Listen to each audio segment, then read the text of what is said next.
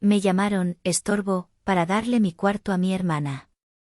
Así que Ángel, les quitó las alas, vacié la cuenta del banco y me llevé las llaves de la casa que yo misma pagaba. El olor a ozono y a tierra mojada de la lluvia de la tarde todavía flotaba en el aire de Puebla cuando giré la llave en la cerradura.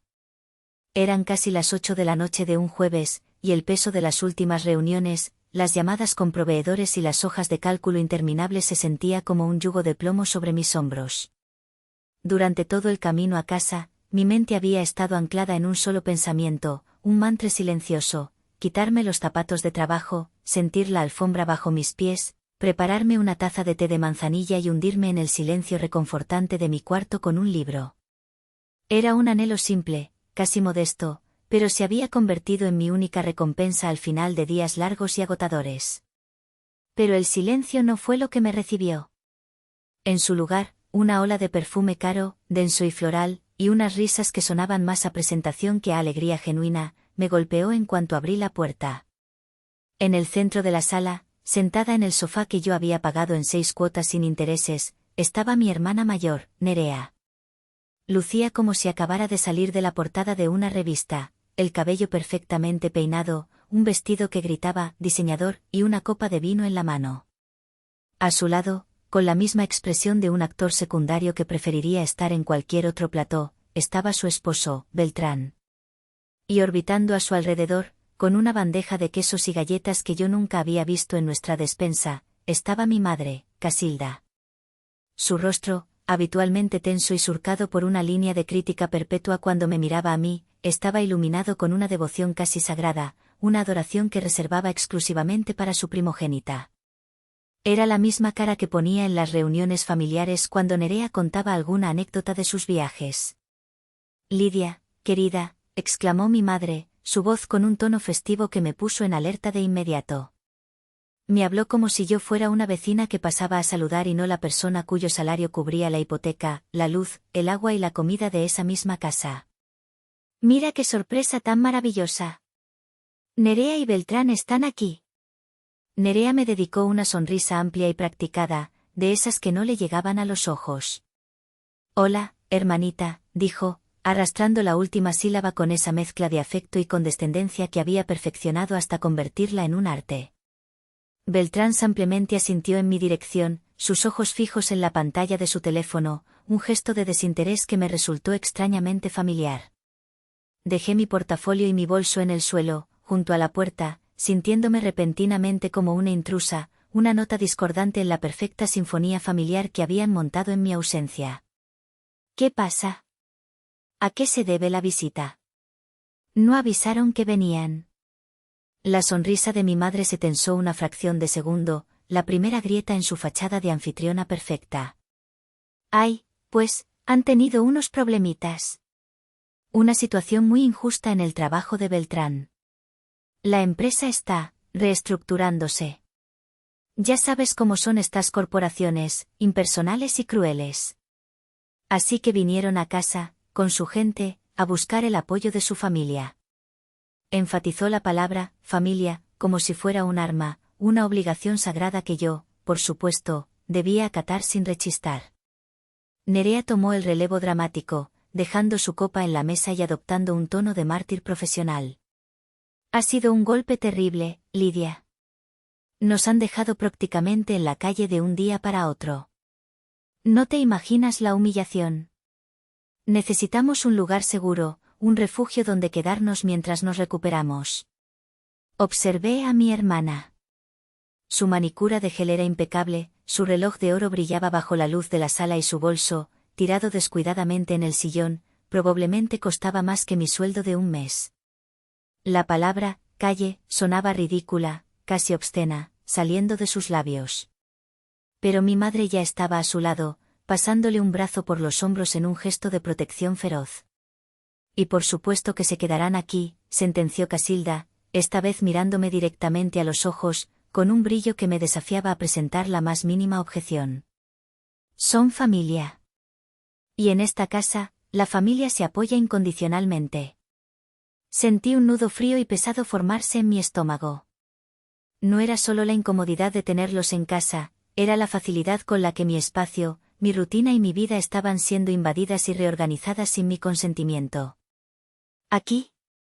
Mamá, esta casa apenas es suficiente para nosotras dos. Beltrán es un hombre alto, necesita su espacio.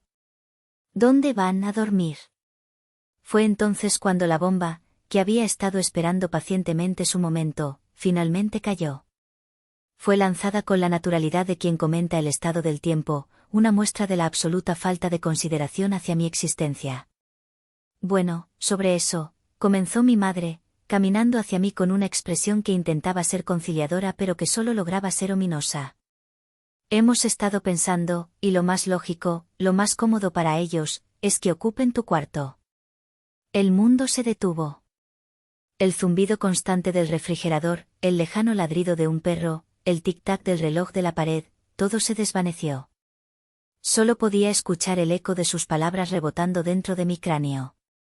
Mi cuarto. Mi único santuario. El espacio donde leía hasta tarde, donde lloraba la ausencia de mi padre, donde podía quitarme la máscara de hija responsable y ser simplemente Lidia. El cuarto cuyas paredes yo misma había pintado de un suave color lavanda, cuya cama había pagado en 12 cuotas, cuyo escritorio albergaba mis sueños y mis frustraciones. ¿Qué? Logré articular, mi voz un susurro ronco, casi inaudible. Sí, continuó Casilda, imperturbable, como si estuviera anunciando el menú de la cena. Es lo más práctico. Tiene el baño más grande y el armario es más amplio. Ellos son una pareja, necesitan su intimidad. Tú puedes instalarte en el cuarto de servicio del ático. Es pequeño, pero tiene una ventana y es muy acogedor. Solo necesitará una buena limpieza y sacar algunas cajas viejas. Mi mirada viajó de mi madre, con su rostro lleno de una lógica retorcida y egoísta, a mi hermana. Nerea tuvo la decencia de parecer mínimamente incómoda, bajando la vista a su copa de vino. Pero no pude evitar notar una pequeña sonrisa de triunfo, casi imperceptible, jugando en la comisura de sus labios antes de que se la bebiera. Lo había conseguido. Siempre lo conseguía. Por un instante fugaz, la Lidia de siempre, la hija obediente y programada para evitar el conflicto, casi aceptó. La idea de simplemente asentir, subir las escaleras y desaparecer en el ático polvoriento era casi tentadora. Era el camino de menor resistencia, el papel que siempre me habían asignado. Pero entonces, vi esa sonrisa petulante en el rostro de Nerea. Y esa pequeña chispa de victoria en sus ojos fue como echar gasolina a una brasa que yo no sabía que seguía encendida.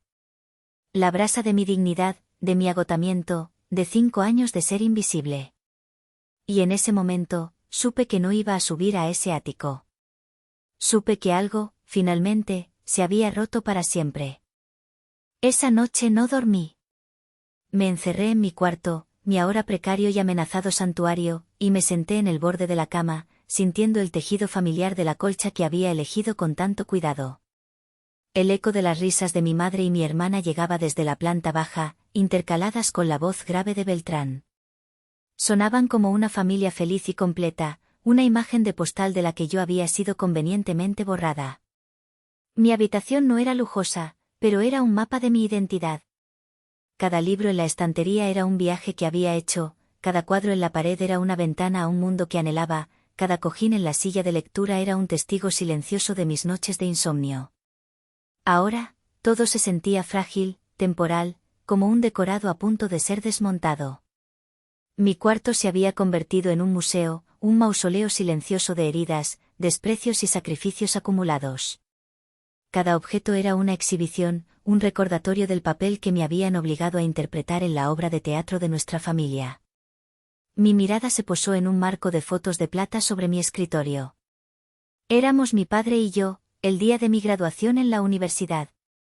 Él me abrazaba con una fuerza que casi me dejaba sin aire, su rostro, normalmente serio, estaba radiante de un orgullo puro, sin filtros, que parecía iluminarlo todo a su alrededor.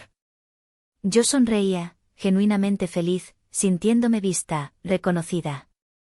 Ese fue el último día verdaderamente feliz que recordaba con claridad. 6 meses después, su corazón, ese corazón enorme y generoso, se detuvo sin previo aviso, y el mío se rompió en 1.000.000 de pedazos que todavía, 5 años después, no sabía cómo volver a juntar. La primera exhibición de mi museo personal, la pluma fuente. Descansaba en su estuche de terciopelo azul en el cajón superior de mi escritorio, junto a mis títulos y diplomas. Me la había regalado mi madre ese mismo día de la graduación. Yo me recibía como ingeniera agrónoma con los más altos honores de mi generación. Para que firmes contratos importantes, mi niña, y te hagas rica, me había dicho, dándome un beso en la mejilla que olía a laca y a decepción. Sonaba bien, un gesto de confianza en mi futuro. Pero la ilusión se rompió esa misma tarde, cuando vi el regalo de graduación de Nerea. Ella se graduaba con notas mediocres en ciencias de la comunicación, una carrera que mi madre consideraba elegante. A ella le entregaron las llaves de un coche de segunda mano, un sedán rojo y coqueto. Más tarde, en la cocina, mientras ayudaba a mi padre a lavar los platos, reuní el valor para preguntar: ¿por qué un coche para ella y una pluma para mí, papá? Él dejó de secar un plato y suspiró, con esa tristeza cansada que a menudo aparecía en sus ojos cuando hablaba de mi madre. Tu madre vive de las apariencias, Lidia. Nerea necesita un coche para mantener su imagen, para ir a sus entrevistas y cafés con amigas. Tú tienes tu cerebro, tu inteligencia. Ella cree que con eso te basta y te sobra para conquistar el mundo. La pluma nunca había firmado un contrato importante. Se había pasado los últimos 5 años firmando, con una precisión dolorosa, los cheques de la hipoteca, del supermercado, de las reparaciones del techo y, en secreto, un par de veces, los pagos de la tarjeta de crédito de mi madre. La segunda exhibición, mi teléfono. Lo desbloqueé con un gesto automático y abrí el perfil de Facebook de mi madre. Era un santuario digital, un altar perpetuo dedicado a la glorificación de Nerea. Fotos de sus viajes a Europa, de sus cenas en restaurantes de moda, de su boda de ensueño con Beltrán, donde parecía una princesa de cuento. Cada publicación iba acompañada de textos efusivos y empalagosos: mi hermosa y exitosa hija, conquistando el mundo, orgullosa de la increíble mujer en la que te has convertido. Busqué mi nombre en su muro. Hacía 2 años, cuando me ascendieron a jefa del departamento de logística en la empresa exportadora, un logro significativo para una mujer de 26 años en un sector dominado por hombres, le mandé a mi madre una foto, sonriendo junto a mi nuevo despacho. Ella nunca la publicó. Cuando le pregunté por qué, se encogió de hombros con indiferencia. Ay, hija, es que esas cosas de oficinas y bodegas son muy aburridas, muy grises. Nadie las entiende. No es algo vistoso, ¿sabes? Mi promoción, mi éxito tangible y duramente ganado, era aburrido. Un fin de semana de Nerea en la playa, posando en bikini, era motivo de celebración familiar y de una docena de emojis de corazones. Yo era la hija funcional, la infraestructura invisible y confiable que mantenía todo en pie. Nerea era la fachada brillante y espectacular, la única que importaba mostrar al mundo. Y la tercera y más dolorosa exhibición, la que me rodeaba por todas partes, la casa misma. Después del funeral, Casilda se hundió en una depresión profunda que la dejó postrada en la cama durante meses. La casa, el último gran proyecto de mi padre, con sus paredes a medio pintar y sus cajas de la mudanza todavía sin desempacar, parecía hundirse con ella en la misma tristeza. Fue justo entonces cuando la empresa me ofreció la promoción, el traslado a la sede central en Querétaro. Un sueldo significativamente mayor, un generoso bono de reubicación, ayuda para la vivienda, una vida nueva y estimulante. Mis amigos me suplicaron que aceptara, que era mi oportunidad de escapar. Pero no pude.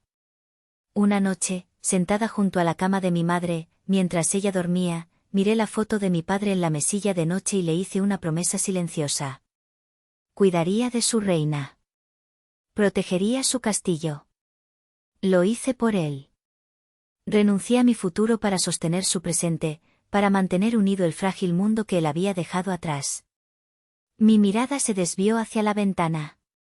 En el pequeño patio trasero, que yo misma había aprendido a cuidar, se recortaban las siluetas retorcidas de los 3 bonsáis de mi padre. Él los amaba. Decía que le enseñaban sobre paciencia y sobre cómo encontrar la belleza en las formas imperfectas. Desde su muerte, nadie los había tocado. Nadie excepto yo. Yo los regaba cada tercer día, los podaba con las tijeras especiales que él me había enseñado a usar, los protegía de las heladas invernales con un pequeño plástico. Eran un vínculo secreto, una conversación silenciosa con su memoria. Recordé sus palabras una tarde, mientras me enseñaba a alambrar una rama rebelde para guiar su crecimiento. Mi niña, esta casa es tu fortaleza. Yo me he asegurado de que siempre lo sea. En ese momento, sus palabras me parecieron poéticas, una simple expresión de amor paternal. Ahora, sentada en el borde de mi cama, con la orden de desalojo de mi propio cuarto pendiendo sobre mi cabeza, esas palabras resonaban con un peso nuevo, críptico y desconocido. ¿Qué había querido decir realmente? El cansancio que sentía ya no era solo físico. Era un agotamiento del alma, la fatiga de haber dado tanto y no haber recibido nada más que la expectativa de dar aún más. Durante 5 años, había sido el ángel, guardián de la familia, la hija responsable que pagaba todo, que arreglaba todo, que lo soportaba todo en silencio. Pero el ángel estaba cansado. Y esta noche, mientras escuchaba a mi hermana describir con entusiasmo cómo iba a pintar su nuevo cuarto de color salmón, sentí como mis alas, pesadas por el resentimiento y la desilusión, comenzaban a desprenderse dolorosamente de mi espalda. A la mañana siguiente, la casa olía a café recién hecho y a pan tostado con mantequilla, pero el ambiente era tan denso y cargado que se podía cortar con un cuchillo.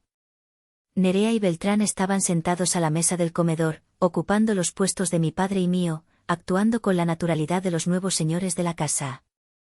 Mi madre revoloteaba a su alrededor, sirviéndoles jugo de naranja recién exprimido, preguntándoles si habían dormido bien en la habitación de invitados.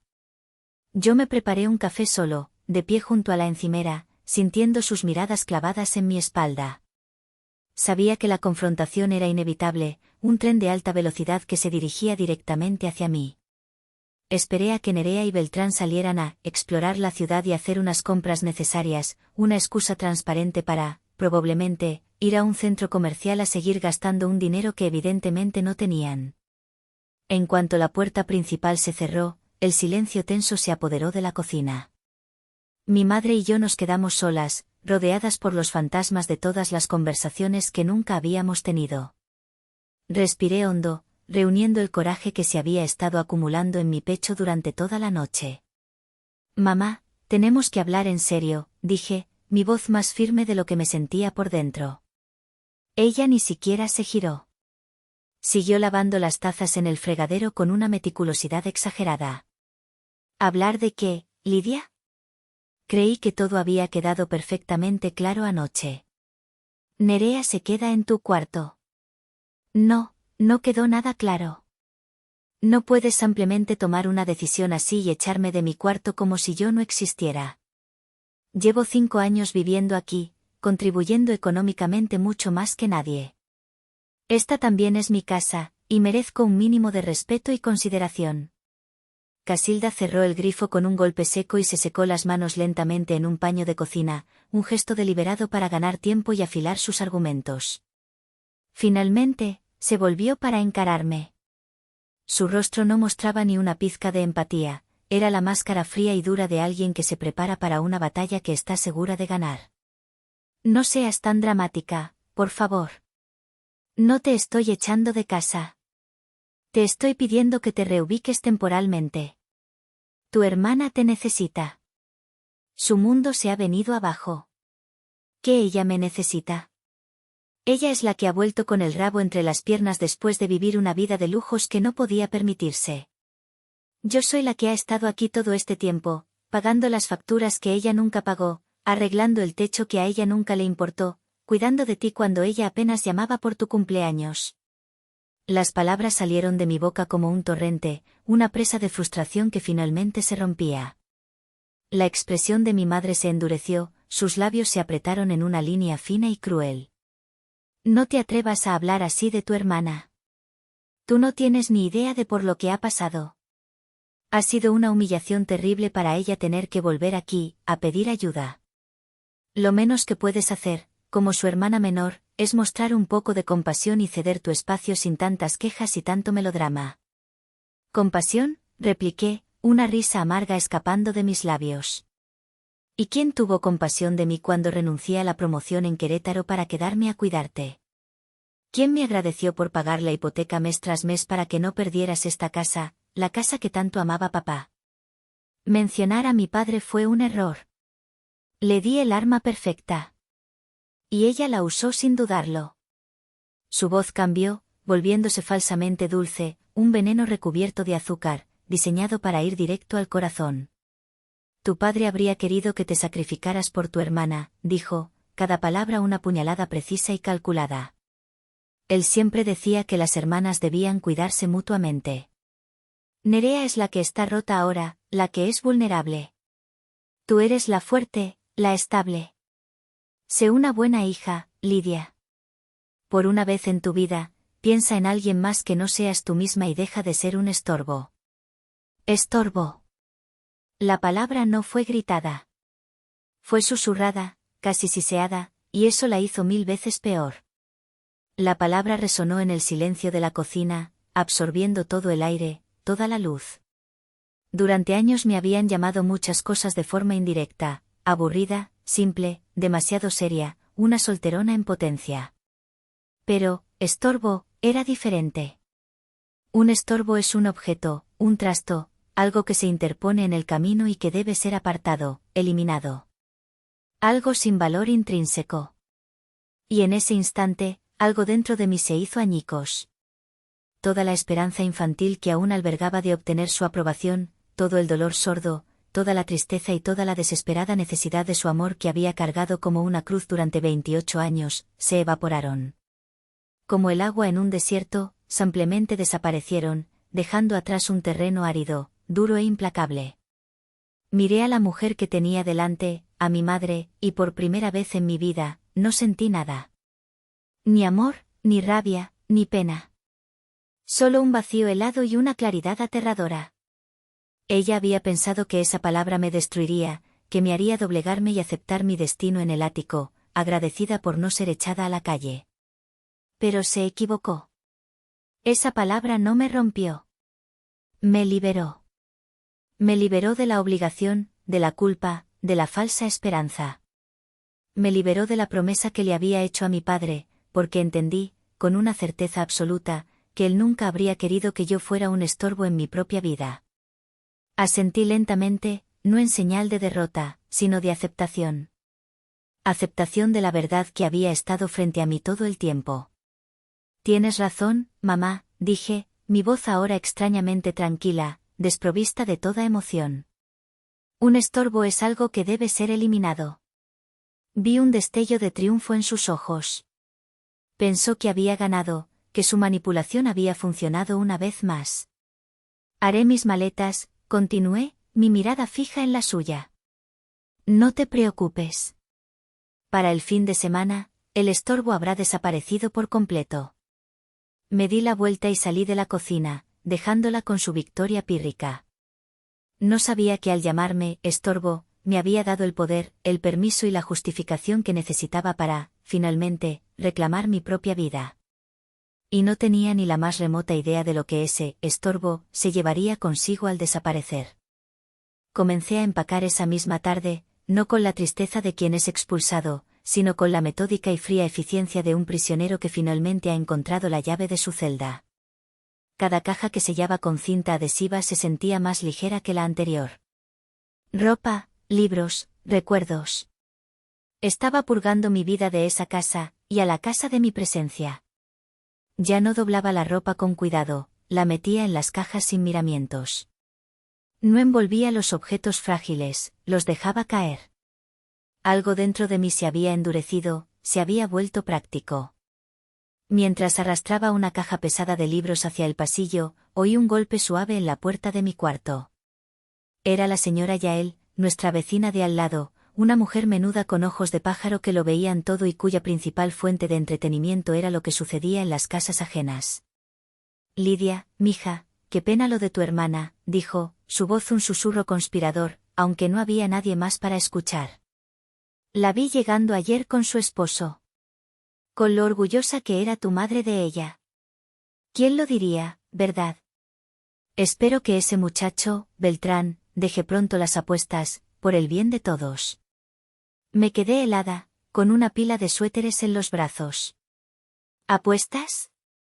Mamá me dijo que su empresa estaba en reestructuración y que lo habían despedido. Yael se tapó la boca con una mano arrugada, como si hubiera revelado un secreto de estado. Sus ojos brillaron con la emoción del chisme. Ay, bueno, mija, eso es lo que dicen para no quedar mal. Pero mi sobrino trabaja en el mismo sector inmobiliario de lujo y la historia que corre es otra. Dicen que a Beltrán lo despidieron hace más de 3 meses por un desfalco, un dinero que faltaba para cubrir sus deudas de juego. No le digas a tu mamá que yo te lo conté, ¿eh? Cerré la puerta suavemente, con las palabras de Yael resonando en mi cabeza como una alarma de incendios. 3 meses. No, de un día para otro. Y un despido por desfalco, no una reestructuración. La mentira era mucho más grande, mucho más deliberada de lo que había imaginado. No habían venido buscando refugio, habían venido huyendo de las consecuencias. Impulsada por una nueva urgencia, una necesidad casi febril de conocer toda la verdad, fui al pequeño estudio de mi padre, un cuarto que casi nadie usaba y que se había convertido en un almacén de cosas olvidadas. En el fondo de un archivador metálico, encontré lo que buscaba, una carpeta de cartón con la etiqueta «Finanzas familiares». Entre viejas declaraciones de impuestos y pólizas de seguros caducadas, estaban los papeles de una tarjeta de crédito suplementaria que mi padre había sacado para Nerea y para mí años atrás, solo para emergencias, había dicho. Hacía años que yo no la usaba, pero Nerea era otra historia. Encontré un estado de cuenta de hacía 6 meses. El saldo estaba en ceros. Movida por un presentimiento oscuro, encendí la vieja computadora de escritorio, entré en la web del banco y recé para que la contraseña siguiera siendo la misma. La fecha de nacimiento de mi padre. Funcionó. La pantalla se cargó, y sentí que el aire me faltaba en los pulmones, como si me hubieran dado un puñetazo en el estómago. La tarjeta estaba al límite, con una deuda de más de $200,000 MXN. Y no era reciente.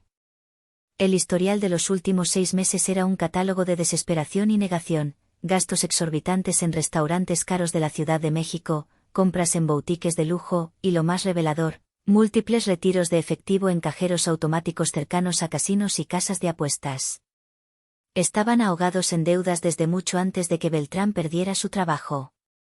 Habían venido a casa no como víctimas de una desgracia repentina, sino como el acto final de una larga y deliberada farsa, buscando un rescate financiero a costa mía. Mi mano temblaba mientras sostenía el teléfono.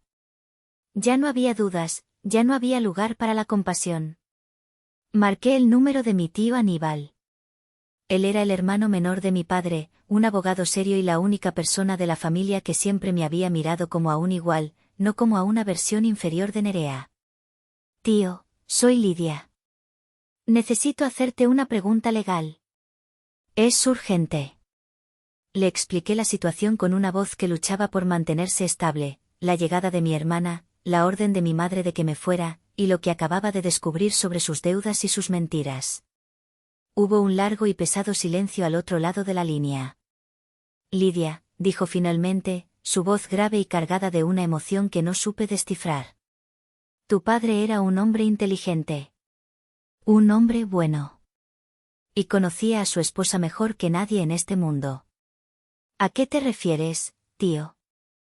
Él sabía que Casilda siempre favorecería a Nerea.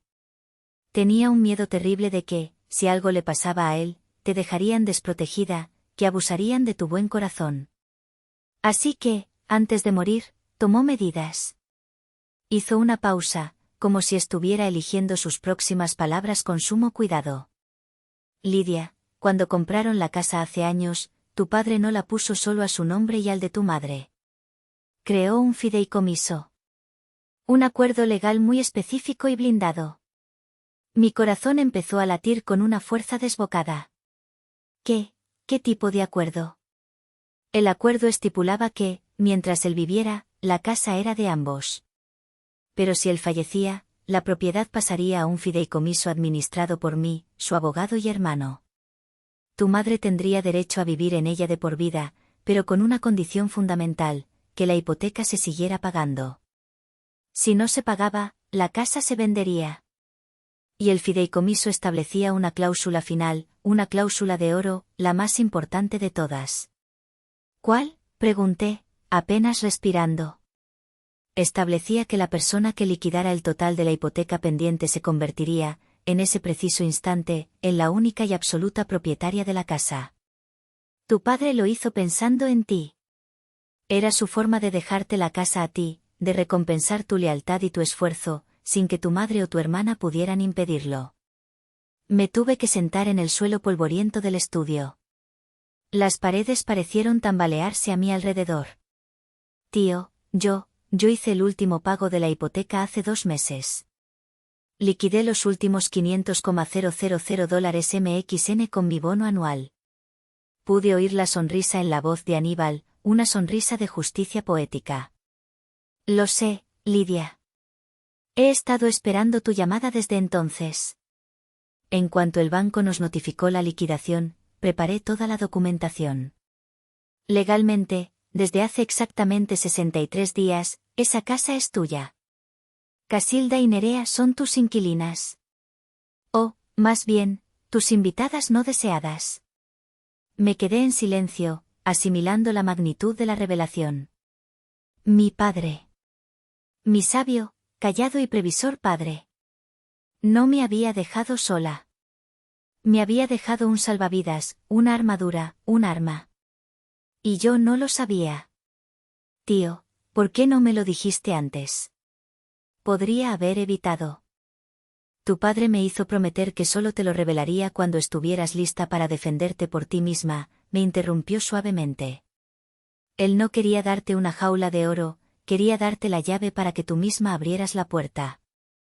Me dijo, con estas mismas palabras, Aníbal, mi Lidia es fuerte. Más fuerte de lo que ella cree. Pero necesita descubrir su propia fuerza. Cuando llegue el día en que decida dejar de agachar la cabeza y luchar por su lugar, ese será el momento de decirle que la casa es suya.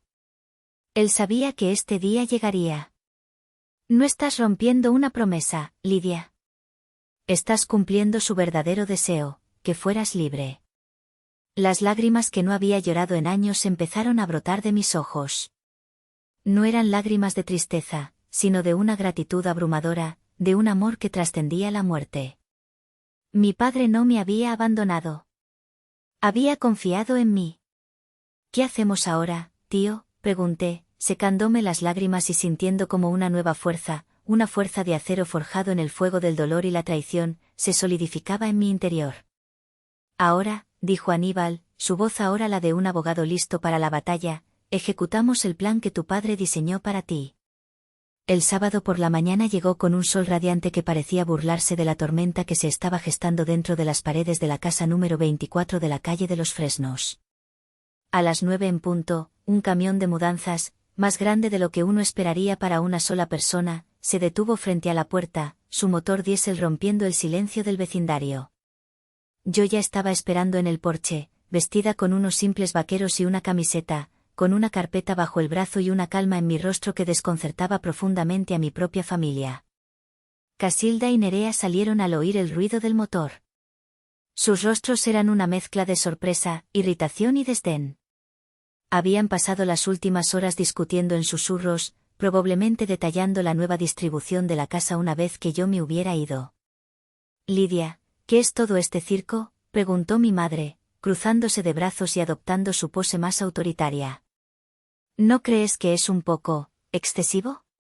Solo vas a llevarte unas cuantas cajas con tus libros y tu ropa. Me llevo mis cosas, mamá, respondí simplemente, mientras 2 hombres corpulentos con uniformes de la empresa de mudanzas bajaban del camión y se dirigían hacia mí. Nerea soltó una risita forzada, llena de superioridad.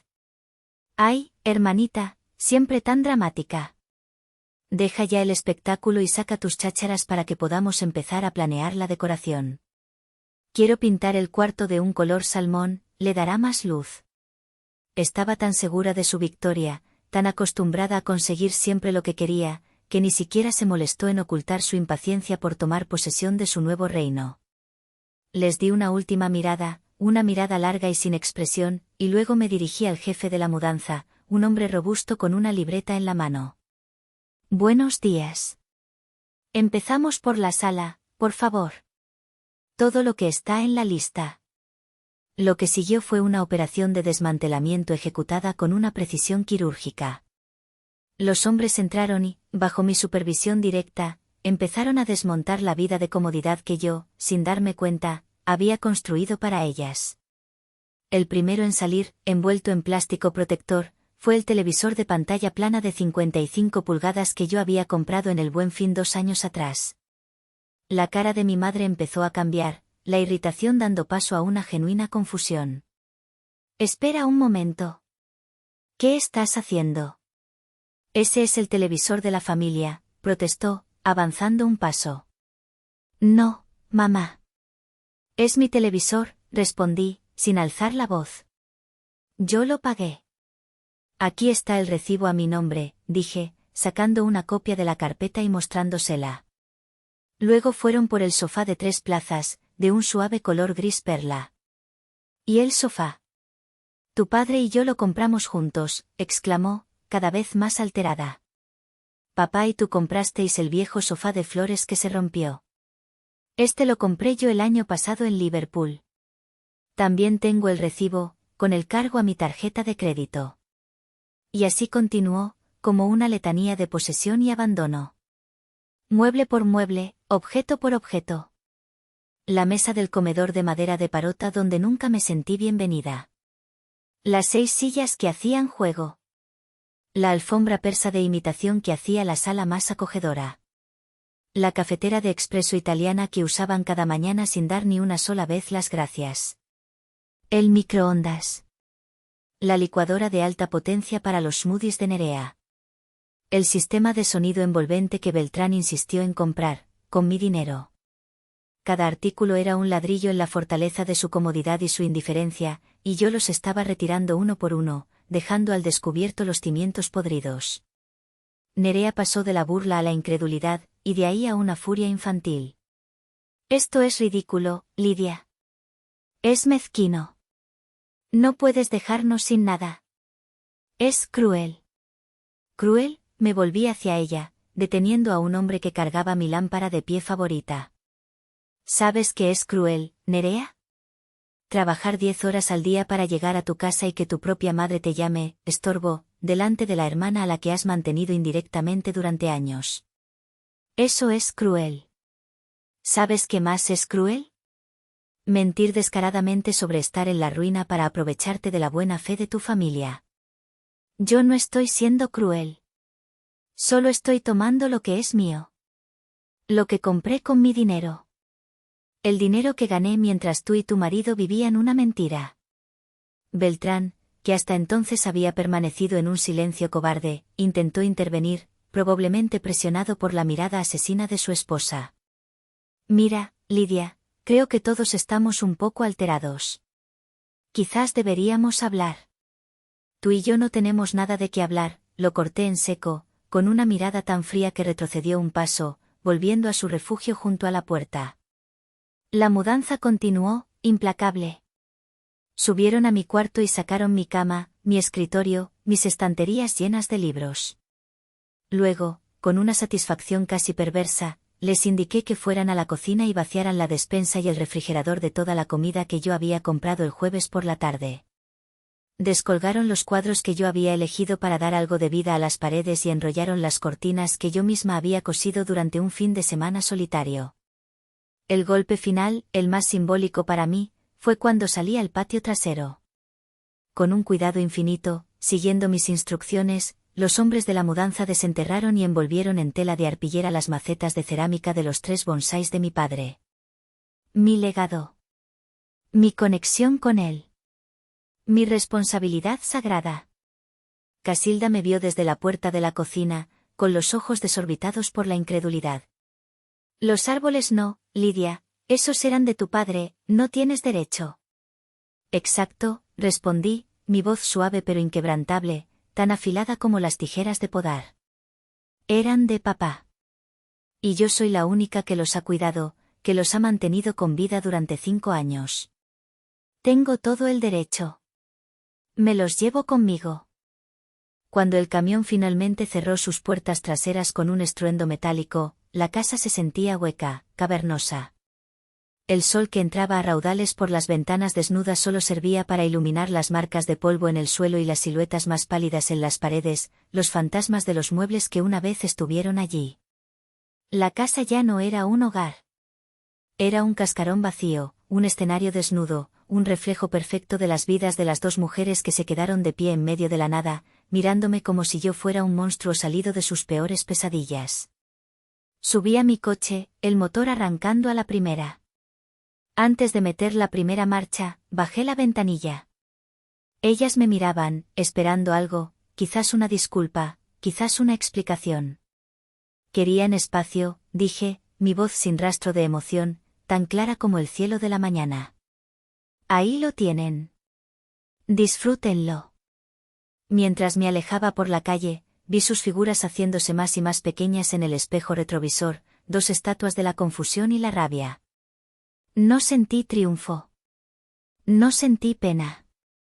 Solo sentí el peso de 5 años de cadenas invisibles rompiéndose y cayendo al asfalto. Era el sonido metálico y liberador de la libertad. Instalé mis cosas, incluidos los bonsáis, en un apartamento amueblado temporal que mi tío Aníbal me había ayudado a conseguir en una zona tranquila de la ciudad. Durante 2 días, apagué el teléfono. Necesitaba ese silencio, esa desconexión, para procesar la magnitud de lo que había hecho, para dejar que la adrenalina se disipara y para prepararme para la inevitable contraofensiva. Era una calma tensa, el silencio que precede a una explosión. Y la explosión llegó el lunes por la tarde. Encendí el teléfono y casi se me cayó de las manos por la vibración. Tenía 17 llamadas perdidas de mi madre y 9 de Nerea. Y un aluvión de mensajes de texto. Los ignoré y esperé. A los 5 minutos, el teléfono volvió a sonar. Era mi madre. Respiré hondo y contesté, poniendo el altavoz. Lidia, su voz era un chillido agudo, distorsionado por la histeria. ¿Se puede saber qué demonios has hecho? ¿Te has vuelto completamente loca? Hola, mamá, respondí con una calma que sabía que la enfurecería aún más, mientras regaba con cuidado uno de los bonsáis de mi padre en mi nuevo y soleado balcón. ¿A qué te refieres exactamente? Fui muy clara en que me llevaba mis cosas. El dinero. El dinero de la cuenta del banco. No hay nada. Has vaciado la cuenta. Eran los ahorros de la familia, el fondo de emergencia.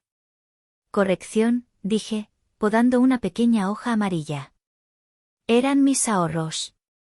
Era el dinero que yo transfería cada mes a esa cuenta conjunta después de pagar la hipoteca, las facturas y la comida. El dinero que ni tú ni Nerea aportasteis jamás. Simplemente retiré mi capital. Es mío. Hubo un jadeo ahogado al otro lado de la línea. Pero ese dinero era para emergencias. Tu hermana está pasando por una emergencia. Exacto. Y esta es mi emergencia, repliqué. La emergencia de empezar una nueva vida, lejos de un ambiente tóxico. Ahora, si me disculpas, estoy un poco ocupada. No te atrevas a colgarme, Lidia, gritó, su voz ahora temblorosa de un pánico que empezaba a suplantar a la rabia. Tu hermana está destrozada. No tenemos ni para comprar comida. Has sido una egoísta, una víbora, una.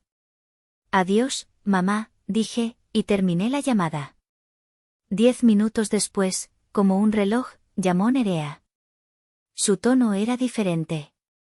No era histérico como el de mi madre, sino gélido, bajo, lleno de un veneno puro y concentrado. Vas a pagar por esto, Lidia, siseó, sin preámbulos. Crees que eres muy lista, ¿verdad? Dejándonos aquí tiradas en una casa vacía. Pero te has olvidado de un pequeño detalle. Esta casa sigue siendo de mamá. Y en cuanto la venda, y créeme que la va a vender, no verás ni un miserable peso. Te lo juro por mi vida. Sonreí para mis adentros. La arrogancia, incluso en la derrota, era algo digno de estudio. Buena suerte con eso, Nerea, dije con dulzura. Por cierto, ¿ya le has contado a mamá que a Beltrán lo despidieron por ladrón y no por una reestructuración? El silencio que siguió fue más elocuente que cualquier grito. Pude casi oír los engranajes de su mente chirriando, buscando una nueva mentira. Colgué antes de que pudiera encontrarla. El acto final estaba programado para las 5 de la tarde. Mi tío Aníbal me llamó justo antes de salir de su despacho. ¿Lista, campeona? Lista, tío, respondí, sintiendo una extraña mezcla de nervios y anticipación. Imaginé la escena mientras él conducía hacia la casa. Casilda y Nerea, probablemente, estarían sentadas en el suelo de la sala vacía, conspirando, planeando su venganza, todavía aferradas a la única certeza que creían tener: la propiedad de la casa era su carta de triunfo. Aníbal me describió la escena más tarde esa noche, con un toque de satisfacción profesional en su voz. Tocó el timbre y mi madre abrió la puerta. Al ver a su cuñado, su expresión se agrió instantáneamente. Aníbal. No es un buen momento, le dijo bruscamente. Al contrario, Casilda. Es el momento perfecto, respondió él, entrando en la casa sin ser invitado, su presencia llenando el espacio vacío. Nerea apareció desde el pasillo, con los brazos cruzados y una mirada desafiante. ¿Qué quieres, tío?, preguntó con displicencia. Si vienes a defender a tu sobrina favorita, te puedes ahorrar el discurso. No vengo a defender a nadie. Vengo a hablar de negocios. Vengo a hablarles de la casa, dijo Aníbal, dejando su maletín de cuero sobre la repisa de la chimenea, el único mueble que quedaba en toda la sala. Casilda bufó, una risa sin alegría. No hay nada de qué hablar. Lidia nos ha robado y nos ha humillado, pero la casa es mía. La venderemos y empezaremos de nuevo. Lejos de esa malagradecida. Aníbal abrió su maletín con una calma exasperante y sacó una carpeta gruesa y abultada. Ahí es donde te equivocas, Casilda. Esta casa no es tuya. No desde hace más de 2 meses. La confusión apareció en sus rostros. ¿De qué estás hablando? Claro que es mía. Estaba a mi nombre y al de mi difunto esposo. Estaba, corrigió Aníbal suavemente. Pero tu esposo, mi hermano, era un hombre muy previsor. Y te conocía muy bien. Dejó establecido un fideicomiso. Con la paciencia de un profesor explicando una lección compleja, mi tío les desglosó los términos del acuerdo que su hermano había diseñado para protegerme. Les explicó la cláusula final, la que otorgaba la propiedad absoluta, total e indiscutible a la persona que liquidara la hipoteca. Vi la escena en mi mente, como si estuviera allí, la cara de mi madre palideciendo, pasando del rosa de la indignación al blanco del shock. La de Nerea frunciendo el ceño, intentando procesar una información que su cerebro, acostumbrado a la vida fácil, no podía comprender. Eso es imposible, susurró Casilda. No solo es posible, es un hecho legalmente vinculante, continuó Aníbal, sacando un documento de la carpeta. Y resulta que Lidia, mi clienta, hizo el último pago de la hipoteca hace exactamente 63 días. Abrió el documento y lo puso frente a ellas. Este es el nuevo título de propiedad, emitido por el Registro Público de la Propiedad. Como pueden ver, la única propietaria, con el 100% de los derechos, es Lidia. Mi clienta. El golpe fue brutal, silencioso y definitivo. Podía imaginar el sonido del aire siendo succionado de la habitación. El arma definitiva que creían poseer, su fortaleza, su herencia, su plan de escape, se había desvanecido. No solo eso, se había vuelto en su contra de la forma más humillante posible. Lo que significa, concluyó mi tío, su voz ahora desprovista de toda calidez familiar y convertida en la de un abogado ejecutando una sentencia, que ustedes dos están ocupando ilegalmente una propiedad que no les pertenece. Tienen 48 horas para desalojar el inmueble. Si no lo hacen para el miércoles a las 5 de la tarde, me veré en la penosa obligación de iniciar un proceso de desalojo forzoso con la ayuda de la fuerza pública. Mi clienta ha sido muy clara y no habrá negociaciones. El pánico. Aníbal dijo que nunca había visto una transformación tan rápida y completa. La arrogancia, la seguridad, la soberbia, todo se derrumbó en un instante, dejando al descubierto un miedo puro y primario.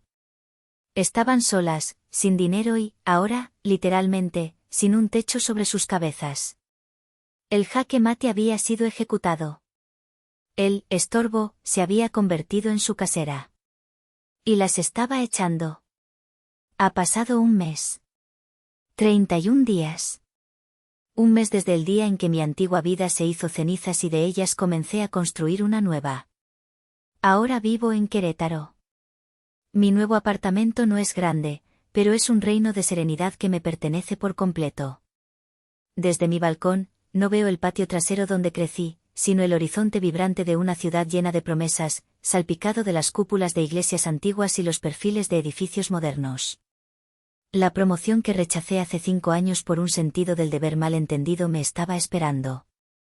Mi nuevo jefe, un hombre exigente pero justo, me dijo la semana pasada que tengo un talento natural para el liderazgo. Quizás siempre lo tuve, pero estaba demasiado ocupada dirigiendo una familia que no quería ser liderada, solo subsidiada. La paz es lo que más me sorprende. Es un silencio que no es vacío, sino lleno de posibilidades. Un lienzo en blanco. Puedo leer un libro durante horas sin ser interrumpida por una queja o una demanda. Puedo cocinar lo que se me antoja, experimentar con recetas picantes que mi madre odiaba, sin que nadie critique la cantidad de sal. Puedo dormir toda la noche, 8 horas seguidas, sin el sobresalto de una puerta azotada en medio de una discusión o un susurro insultante al otro lado de la pared. Es una libertad tan simple, tan básica, y a la vez tan abrumadora y nueva para mí. No había sabido nada de ellas. Ni una llamada, ni un mensaje. Después de la visita de mi tío, se sumieron en un silencio absoluto. Sabía que era su última arma, su intento de castigarme con la indiferencia, esperando que la culpa me consumiera y que yo corriera a rescatarlas. Pero ya no funcionaba. El pozo de mi culpa se había secado, y en su lugar había brotado un jardín de amor propio. Hasta ayer. El teléfono sonó mientras estaba trasplantando uno de los bonsáis de mi padre a una maceta más bonita. En la pantalla apareció el nombre de mi tía Triana, la hermana mayor de mi madre y su más ferviente defensora. Dudé un segundo, tentada a ignorar la llamada, pero decidí afrontarlo de una vez por todas. Lidia, sobrina. Qué bueno que te encuentro, mi niña. Su voz era un almíbar empalagoso que ocultaba mal su verdadera intención. ¿Cómo estás, mi vida? ¿Contenta en esa ciudad tan grande y peligrosa? Estoy muy bien, tía. Ocupada y feliz. ¿En qué puedo ayudarte? Fui directa. No tenía tiempo ni energía para sus rodeos manipuladores. Su tono cambió instantáneamente, volviéndose lastimero y acusador. Ay, hija, es que estoy pero tan preocupada por tu pobre madre y tu hermana. Están pasando por un momento terrible, Lidia. ¿Es que no tienes corazón? ¿No te remuerde la conciencia? ¿Un momento terrible que ellas mismas crearon con sus mentiras y su egoísmo?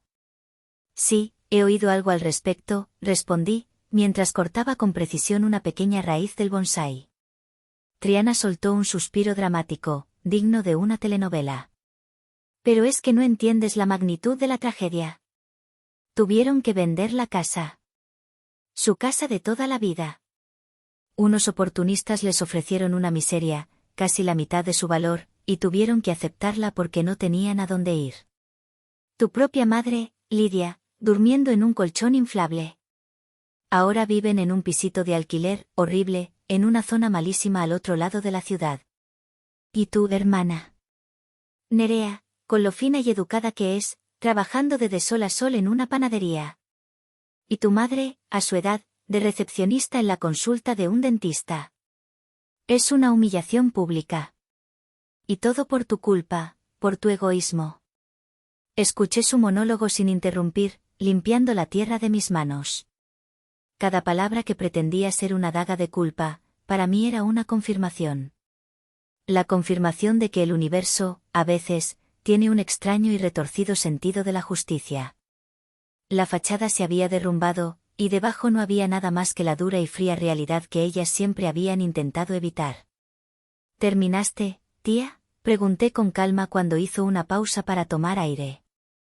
¿Cómo puedes ser tan fría?, chilló, indignada por mi falta de reacción. Son tu familia. La sangre llama. No, tía, dije, mi voz suave pero firme. Ellas dejaron de ser mi familia el día que me llamaron estorbo y me echaron de la casa que yo salvé. Me liberaron de esa obligación. La sangre no me debe nada, y yo no le debo nada a la sangre. Ahora, si no te importa, tengo que colgar. Deséales suerte de mi parte. La van a necesitar. Y colgué. Sin rabia, sin rencor. Simplemente con la certeza inamovible de que esa puerta se había cerrado para siempre. Dejé el teléfono sobre la mesa y me quedé mirando el pequeño bonsái entre mis manos. Sus ramas, antes torcidas y contenidas por alambres, ahora crecían libres, buscando la dirección del sol que entraba a raudales por mi ventana. Como yo. Me di cuenta de algo fundamental en ese momento de claridad. Ellas no me echaron pensando que yo era un estorbo reemplazable. Me echaron porque, en el fondo de su ser, sabían que yo era el pilar que sostenía su frágil mundo de mentiras.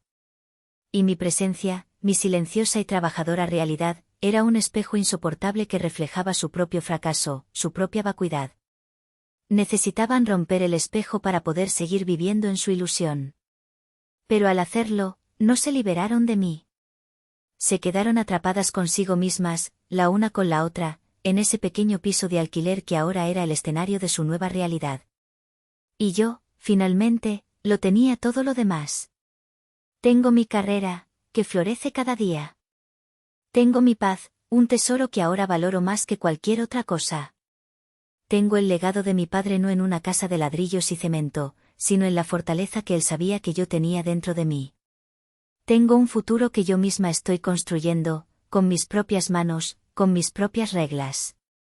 Me llamaron estorbo, cuando en realidad era su ángel. ¿Hice mal en finalmente quitarles las alas para poder volar yo misma?